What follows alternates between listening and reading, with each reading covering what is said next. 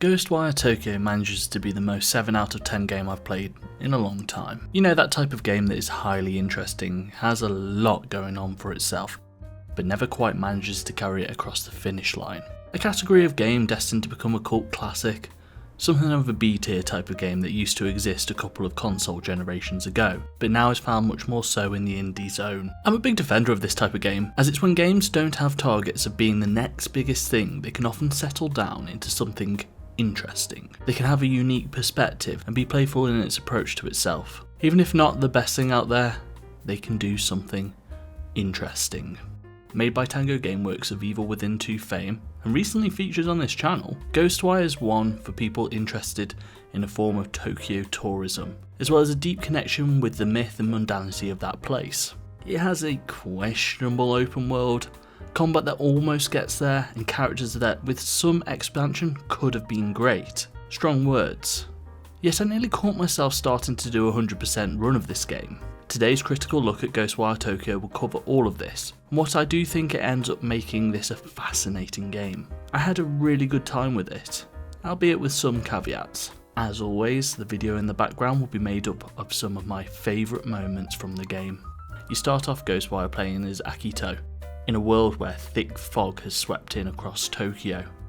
This fog is causing everyone to disappear, leaving these cool little piles of clothes everywhere, as well as saving massively on the production budget for Tango Gameworks, no longer needing to animate quite as many humans in the most populous city on Earth. Just before this fog rolled in, you were in a nasty car accident, basically leaving you on the precipice of death. In time for KK's spirit to hermit crab its way into your body. Some combination of having a foot in the dead and living means that you're not swept away with the fog and everyone else, leaving you on the inside to figure out what's going on, now with the voice and guidance of KK. Your primary goal initially in this game is to find your sister and make sure nothing's happened to her. She is in hospital after all, and you want to make sure she's safe.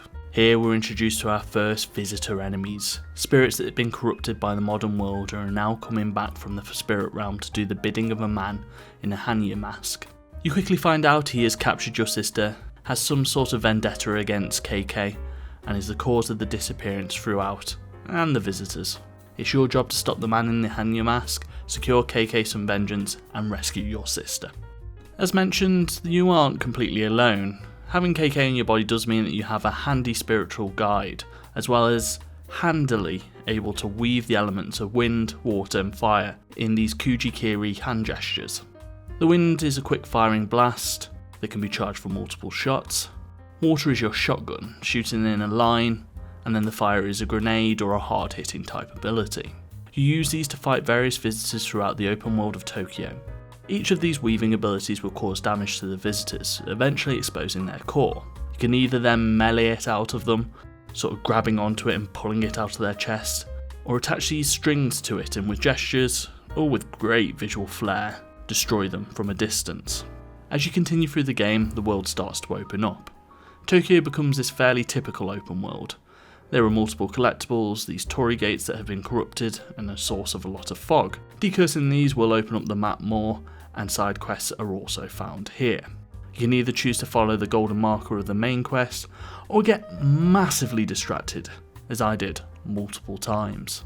You see, when you're in this world, you will see these lost spirits of people. They are visually everywhere, all over the land of Tokyo. In collectible language, they sort of remind me most of the agility orbs in Crackdown. They're hidden everywhere from the tops of buildings to the subway. As you unlock new areas, there is constantly a collection of spirits in your eye line, providing a consistent goal as you move forward. There are these random encounters where they will be boxed up by visitors, and you have to defend them against waves of aggressors. As I say, littered with collectibles. You have these Jizo statues that will provide an upgrade to your ammo count of one of the elemental powers, Tanuki shapeshifters, and just everyday items that are all there for you to pick up in the world of Tokyo. I'm describing something that's very typical here to an open world, but we are coming to think about open worlds in a more critical regard these days. From decolonisation of space in games to analysis and mechanics that are purposely trying to hook attachments to our parts of our brain that are like checklists. We are now thinking more about how a set of mechanics layered upon worlds have both been codified, as well as what sort of emotions that they produce. This is to say that littering the world with a checklist of things to do is sort of seen as applying to the lowest common denominator of our brain space. The podcast game is sort of used as this semi-pejorative, but it's also a descriptor. Turning off those higher functions, part focus, and start mopping everything up, becoming the thoughtless hoover of destiny. These mechanics can also be equally seen as padding, extending out what there is to these elements of the game that are easier to add.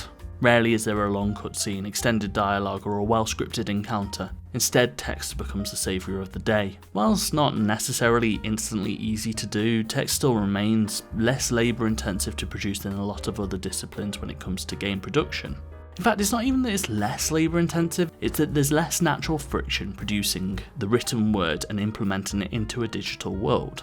This is all to say that this type of open world design is something that Ghostwire Tokyo is trading in heavily, but it also understands that each of these nodes for you hunt down on the map is an opportunity. Ghostwire has a deep, intense cultural connection to both modern Japan, as well as its history and mythology.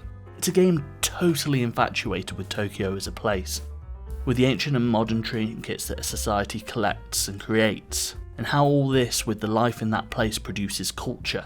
This is all done with item descriptions. The Soul series is well known for carving out this space for itself in games, not only doing it for world building but also storytelling. Ghostwire does exactly the same thing, just with tons less discretion. Instead of hiding away a story in several item descriptions, Ghostwire wants to proudly give you every single odd detail about its chosen subjects. Take the dog food for instance.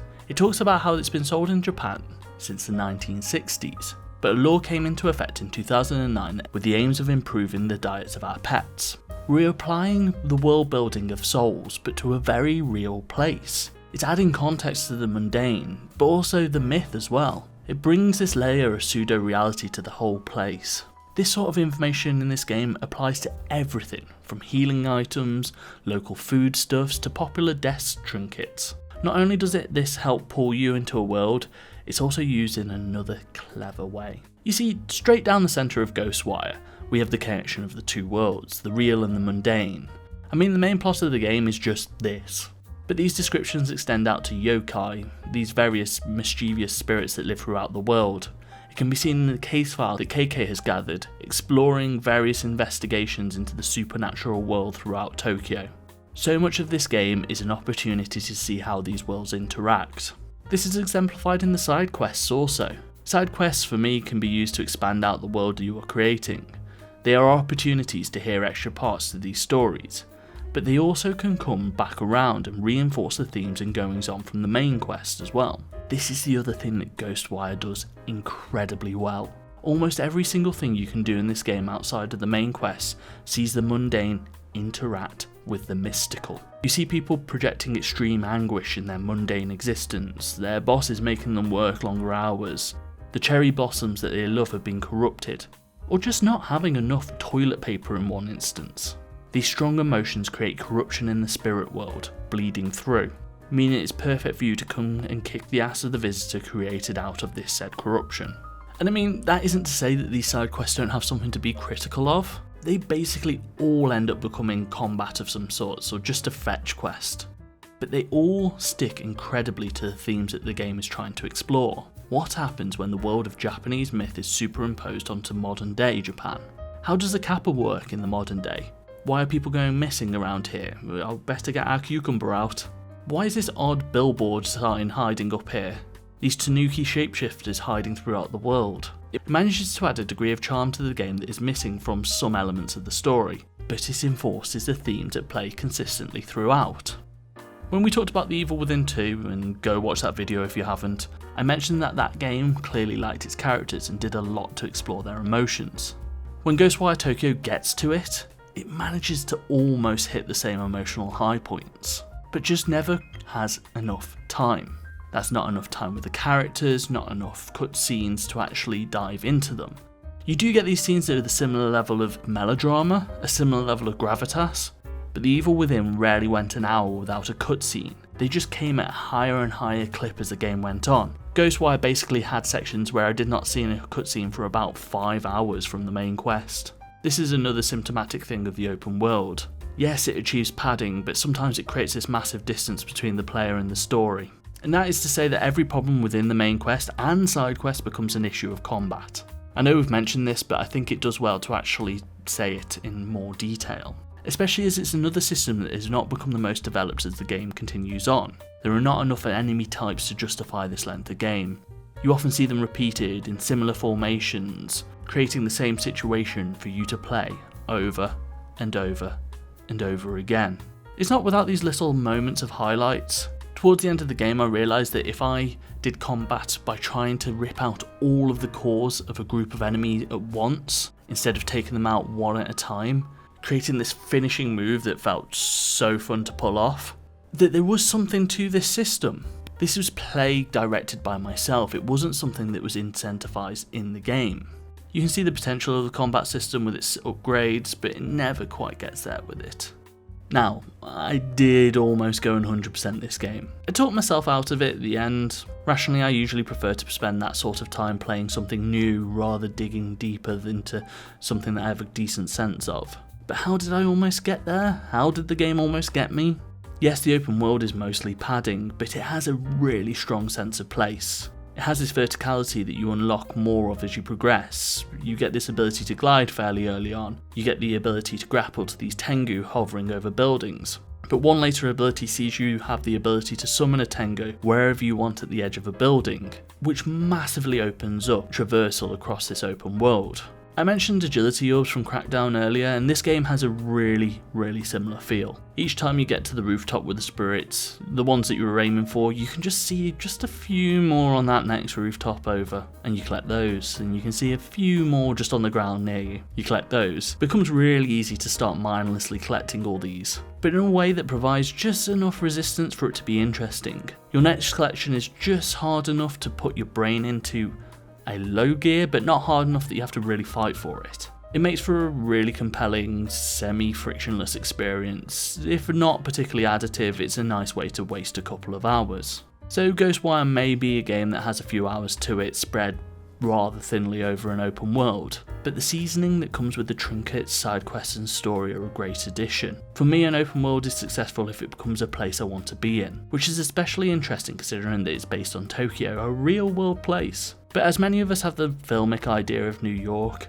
a separate identity becomes constructed in our own heads about these game worlds. Tokyo is a popular place to set games, and this has me off playing Yakuza 0 again. I want to spend more time in Tokyo. And yes, Yakuza is probably a much better game, but it has a similar relationship to Tokyo and life within it, even if it does have massively different theming and framework.